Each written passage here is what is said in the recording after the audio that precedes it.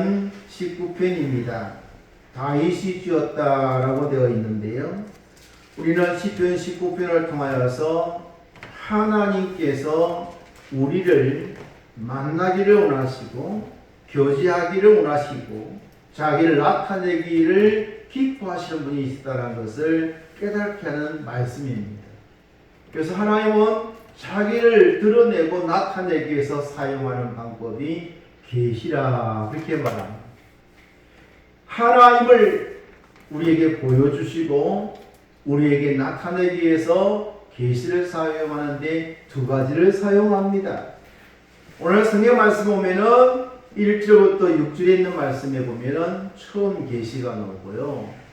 7절부터 그 뒤에 있는 말씀에 보면은 두 번째 계시가 나옵니다. 그래서 1절부터 6절까지를 자연 속에서 나타나신 자연을 통해서 하나님이 어떤 분인가를 나타내 주시고 계시는, 그래서 자연 계시라 그러고 일반 계시라 그렇게 말합니다. 하나님께서 우리에게 자신을 나타내시는데 바로 이 자연을 통해서 하나님이 지으신 온 세상을 통하여서 우리에게 보아라, 하나님이 어떠한가를 보아라, 모든 것을 통하여서 하나님을 알게 하신 거거든요.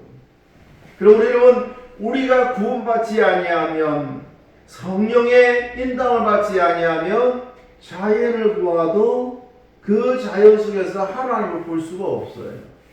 근데 우리가 구원받고 성령 충만한 사람이 되면 이 온 우주 만물을 바라보면서 살아계신 하나님을 찬양하게 되는 것이거든요. 그것이 오늘 우리에게 주신 하나님의 은혜거든요. 그래서 자연 계시라 그렇게 나와 있거든요. 7절부터 그 뒤에 있는 말씀을 보면은 하나님의 말씀에 대해서 나옵니다. 그래서 특별 계시라 그렇게 말합니다. 하나님의 말씀을 통해서 하나님을 나타내신다는 것. 하나님을 나타내시는. 히브리서 1장 1절로 들어가 보면요, 그게 이렇게 기록을 하고 있습니다. 히브리서 1장 1절로 이제 보면 옛적에 선지자들을 통하여 여러 부분과 여러 모양으로 우리 조상들에게 말씀하신 하나님이 이 모든 날 마지막에는 아들을 통하여 우리에게 말씀하셨으니 라고 기록하고 있어요. 옛적에라는 말은 구약시대를 말합니다. 마지막 때에는 그 말은 신약시대를 말하는데, 그러니까 하나님께서 자기를 나타낼 때에 옛적에는, 구약시절에는 선지자를 통하여서 여러 부분과 여러 모양으로 나타내 주셨어요. 아브라함에게도 나타나시고 모세에게도 나타나시고, 이렇게 자기를 나타내시기를 기뻐하셨던 하나님. 그래서 환상을 보여주기도 하고 여러 가지 선지자를 통하여 주의 복음, 하나님의 계시를 보여주셨다 그 말이죠. 그러다가 그 많은 선지자와 그 많은 주의 종들을 지나고 난 다음에 마지막에는 누굴 보내시느냐 하면은 예수 그리스도입니다. 예수 그리스도를 통하여서 우리에게 하나님을 나타내시는 계시를 주신 거거든요. 그래서 신약 성경에서 예수님께서 이 말씀을 뭐라고 표현하고 있냐면 포도원 비유가 나옵니다. 어느 큰 부자가, 권세 있는 자가 포도를 만들고 울을 치고 그리고는 새를 주고 멀리 떠났어요. 그래서 이제 포도가 연결고 추수할 때가 되어서 새를 받기 위해서 종을 보냈거든요. 그랬더니 그 농사를 짓는 농부들이, 야, 이 사람들이 주인이 보낸 사람이니까 우리가 저들을 없애버리자. 그리고는 그들을 빈손으로 돌려버렸어요. 그냥 죽여버렸어요. 차지하고 싶으니까. 그래서 이 주인이 얼마나 화가 나겠습니까? 그래서 참고 가장 가까운 사람, 그리고 유능한 사람, 좀 권세 있는 사람을 보낸 거예요. 가서 새를 주기를 바라보면서 주인의 말을 전합니다. 그런데 그들을 쫓아도 죽이고 그들을 쫓아도 돌려보냅니다. 얼마나 화가 났을까요? 그래서 마지막으로 보낸 것이 뭐냐면 내 아들을 보내면 그들이 순종하겠지 하고 마지막으로 누굴 보냈냐면은 아들을 보냈는데 그 아들조차 죽였어요. 아, 상속자니까 없애자. 그러면 이 포도원이 우리 것이 될 것이다 라고 말했는데 결국 그들의 욕심이 멸망을 자초하게 되어지죠. 마지막으로 보낸 선지자가 예수 그리스도입니다. 그러니까 이 땅에 수없이 많은 선지자를 통해서 하나님의 말씀의 계시를 보여주셨는데 마지막으로 보내신 선지자가 예수 그리스도입니다. 아들이신 예수 그리스도. 그러니까 마지막, 오늘 이 시대를 살아가는 우리에게 있어서 예수 그리스도는 마지막 계시자입니다. 근데 오늘날도 많은 사람들이 계시를 받았다고 하나님의 음성을 들었다라고 말합니다.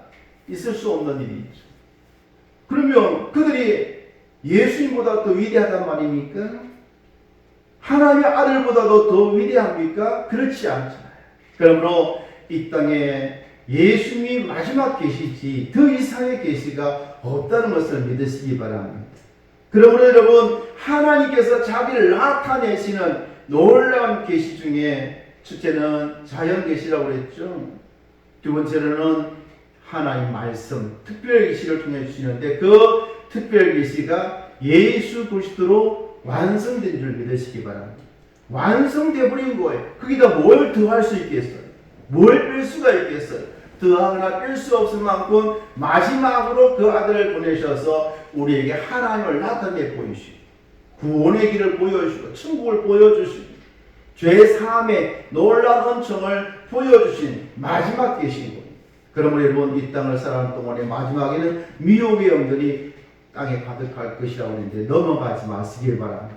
예수님 외에는 더 이상의 계시는 없다. 성경에 이렇게 말씀했으니까. 그렇죠? 이 말씀을 기억하면서 오늘 우리가 이 땅을 살아나간 동안에 여러분 1절부터 6절에 있는 말씀 보니까 놀라운 것은 2절에 날은 날에게 말하고 밤은 밤에게 지식을 전하니 그랬어요. 언어도 없고 말씀도 없으며 들리는 소리도 없으나 그의 소리가, 하나님의 소리가 온 땅에 통하고 그의 말씀이 세상 끝까지 이르도다 라고 말씀해 주고 있습니다. 여러분, 오늘도 하나님은 이 모든 우주 만물을 통해서 말씀하고 계세요. 하나님이 누구신지 우리에게 말씀하고 있다고 말이죠. 우리가 깨어 기도하고 우리가 하나님 믿는 믿음을 갖고 살아가면 성령께서 나를 붙잡아 주시면 우리의 영의 귀가 열릴 것입니다. 우리의 영의 눈이 열려서 하나님의 위대하심을 보고 하나님의 위대한 음성을 듣고 찬양하게 될 줄로 믿습니다.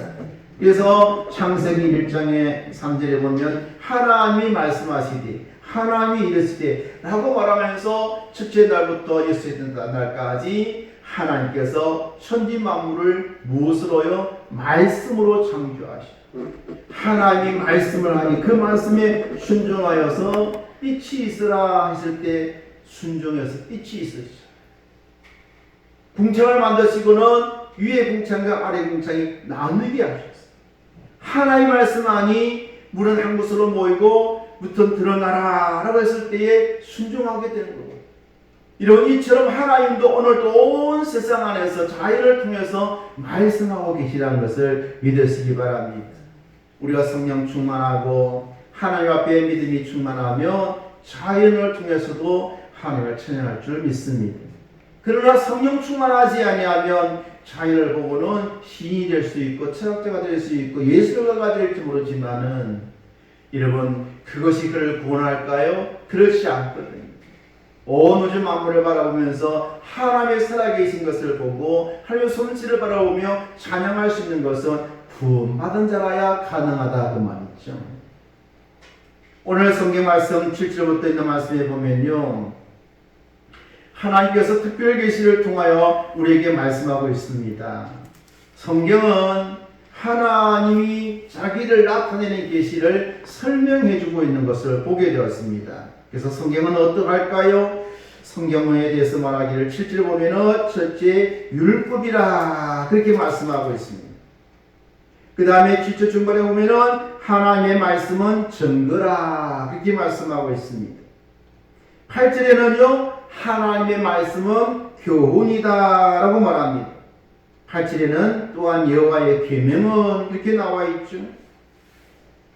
이렇게 하나님의 말씀 성경은 율법이요, 증거요, 교훈이요, 계명이요, 도요, 법이다라고 말씀하면서 그 기능에 대해서 말씀합니다. 뭐라고 말씀하고 있느냐면은 여호와 율법은 뭐하다고요? 완전하다. 여호와 율법은 완전하다. 여호와의 증거는 확실하다라고 말합니다. 8절에 여호와의 교훈은 정직한 것이다 라고 말합니다. 8절에 여호와의 계명은 순결하다 라고 말합니다. 9절에는요 여호와를 경외하는 도는 정결하다 라고 말씀하고 있습니다. 여호와의 법도 진실하다 라고 말씀하고 있습니다. 하나님의 말씀은 이처럼 완전하고 확실하고 정직하고 순결하고 정결하다 그렇게 말씀해 주고 있습니다. 그러므로 주의 말씀을 받는 자는 어떻게 될까요? 6절 말씀에 이렇게 말합니다. 7절 말씀에 여호와의 율법은 완전하여 영혼을 소성시키시며 그랬어요.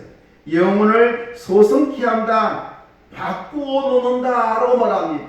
여러분이 하나님의 말씀을 읽으면 하나님께서 여러분을 바꾸어 줄로 믿습니다.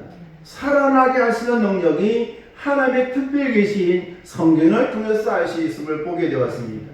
누가 사람을 바꿔놓을 수 있을까요? 하나님 말씀 외에는 사람을 바꿔놓을 방법이 전혀 없어요. 하나님 말씀이 그 심령 속에 들어갈 때에 변화가 일어날 줄로 믿습니다. 하나님 말씀이 들어가야 살아나기 때문에 그렇습니다. 우리가 볼 때 저 사람은 가망성이 없어. 저 사람에게는 소망이 없어. 저 사람은 안 되네. 그런데요, 하나님의 말씀이 들어가면 그 악한 자가 변하는 거예요. 사악한 그 사람이 바뀌는 거예요. 놀라운 역사들의 간증들을 얼마나 많이 보는지 모릅니다. 말씀이 들어갈 때요, 변화되는 역사를 반드시 보게 될 줄로 믿습니다. 왜냐하면 하나님의 말씀은 살아있기 때문에 그렇습니다. 살아있는 말씀이 들어갈 때에 살아나는 역사가 일어날 줄로 믿습니다. 여러분이 주의 말씀을 펼치고 읽으면 그 말씀이 반드시 여러분을 변화시킬 줄로 믿습니다.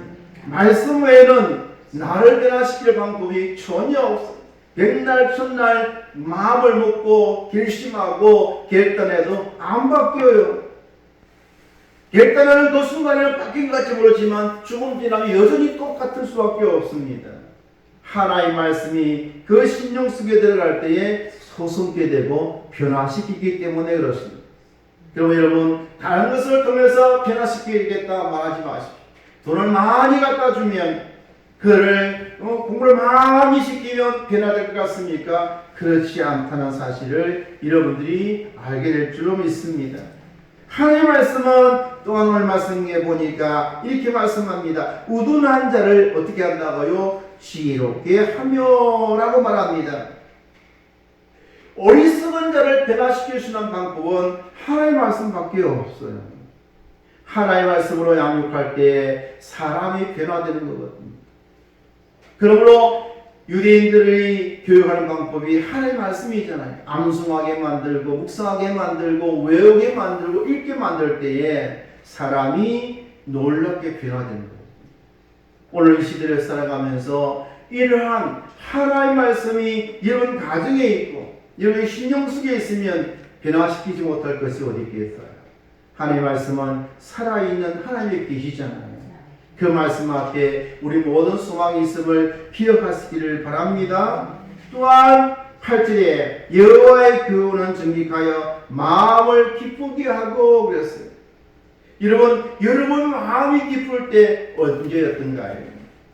세상에 어떤 것이 주어지면 기뻐짐이 있지만 그것은 잠깐이겠죠? 근데요, 하나님 말씀을 읽을 때에 놀라운 위로의 말씀이 다가오게 될 줄로 믿습니다. 늘 읽었던 말씀인데 어느 날 그 말씀이 나에게 다가와서 큰 위로가 될 줄로 믿습니다. 하나님의 말씀은 우리를 능히 위로할 수가 있습니다. 기쁨이 사라졌습니까? 성경책을 펼쳐서 읽으십시오. 하나님, 오늘도 주의 말씀으로 나를 위로해 주십시오. 내 마음을 기쁘게 할 수 있는 것이 주의 말씀이지 않습니까? 그러므로 하나님 이 특별하게 주신 성경을 통하여 나에게 말씀해 주십시오. 내가 위로가 필요합니다. 이 어려운 시대를 살아가는데 하나님의 위로가 필요합니다. 위로의 말씀을 주십시오라고 기도하고 성경을 펼치면 반드시 하나님의 말씀이 위로로 다가올 줄로 믿습니다. 어떤 어려운 문제 앞에 고민하고 있습니다. 갈 길을 알지 못합니다. 성경을 펼치고 기도하며 읽어보십시오. 하나님의 말씀은 반드시 여러분에게 해답을 주실 때 얼마나 기쁘겠어요? 그 기쁨은 이루 말할 수가 없게 될 줄로 믿습니다. 그리고요, 주의 말씀이 항상 내 귀에 맴돌고 입에서 맴돌 때에 여러분 마음속 기쁨은 충만할 줄로 믿습니다. 하나님의 말씀은 여러분의 마음을 기쁘게 할 줄로 믿습니다. 8절에 있는 말씀 보니까 여호와의 계명을 순결하여 눈을 밝게 하시는도다 라고 말씀하고 있습니다. 성경을 읽어야 죄를 분별할 줄 알아요. 여러분, 죄가 죄인 줄 모르고 가면 멸망이잖아요.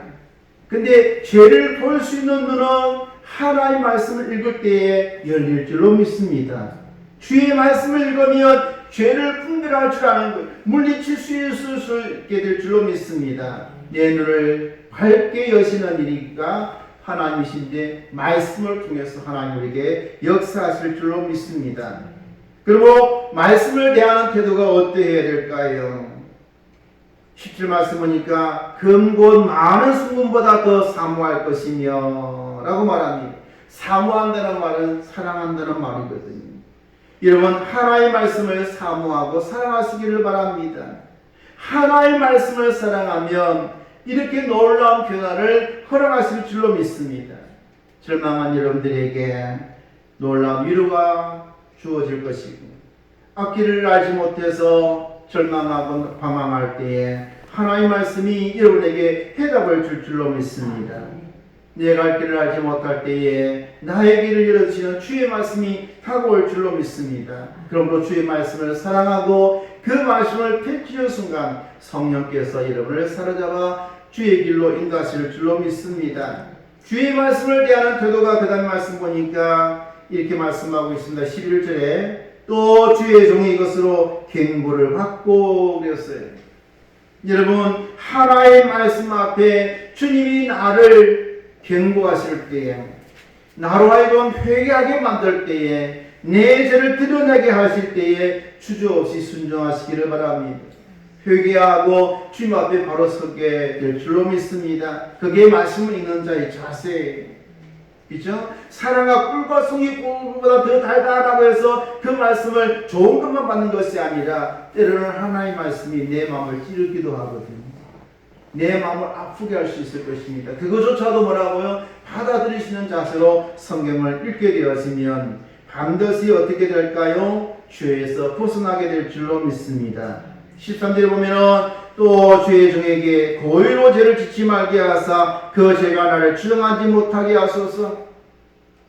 죄가 나를 주장하지 못하도록 주의 말씀을 상고하고 묵상할 때에 분별하게 하여 주어서 주 앞에 믿음으로 살게 될 줄로 믿습니다. 그러므로 항상 하나님 앞에 기도할 때에 14절 말씀처럼 나의 반석이시요 나의 구속자이신 여호와여 내 입의 말과 마음의 묵상이 주님 앞에 연락되기를 원합니다 라는 소망으로 살아가시기를 바랍니다.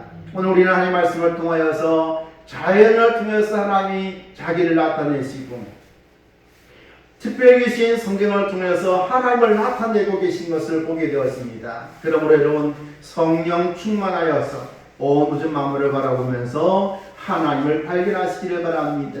주의 말씀을 펼쳐서 읽으면서 하나님이 자기를 나타내신 것을 발견하고 기쁨을 누리고 평강을 누리고 정답을 얻고 길을 걸어갈 수 있는, 그래서 하나님과 함께 죄를 분별하여 어려운 삶을 살아가는 믿음의 성도들 다 되시기를 주의 이름으로 축원합니다.